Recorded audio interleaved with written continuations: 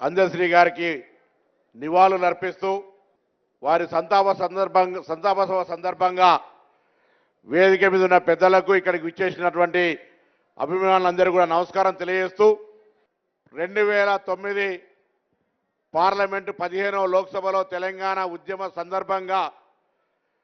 ఉద్యమ స్ఫూర్తిని నింపేటువంటి పాటలు అందించి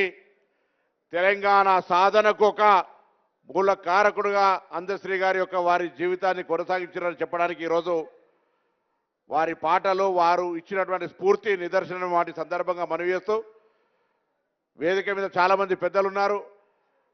ఇప్పటికే గౌరవ ముఖ్యమంత్రి గారు అందశ్రీకి సంబంధించి సముచిత గౌరవాన్ని ఇస్తూ వారి చరిత్రను పాఠ్య పుస్తకాంశాల్లో పెట్టడంతో పాటుగా వారు రచించినటువంటి గీతాన్ని శాశ్వతంగా తెలంగాణ ప్రజలు తెలంగాణ ఐక్యతకు ఉండే విధంగా జయహో తెలంగాణ రాష్ట్రీయ జాతీయ గీతంగా చెప్పడంతో పాటుగా వారి స్మారక స్థూపానికి సంబంధించి ఇచ్చిన మాట ప్రకారంగా హైదరాబాద్ జిల్లా ఇన్ఛార్జ్ మంత్రిగా ఆ కార్యక్రమాలన్నీ వేగవంతంగా పూర్తయ్యే విధంగా పర్యవేక్షిస్తామని అందశ్రీ గారి స్ఫూర్తి భవిష్యత్ తరానికి తెలిసే విధంగా కళాకారులు ఇతర మేధావులంతా వారి స్ఫూర్తిని ముందుకు కొనసాగించే విధంగా తెలంగాణ అభివృద్ధికి తెలంగాణ ఐక్యతకు ప్రజాపాలనకు నిండు ఆశీర్వచనం ఇవ్వాలని కోరుతూ అందరూ నమస్కారం చెప్తూ సెలవు తీసుకుంటారు.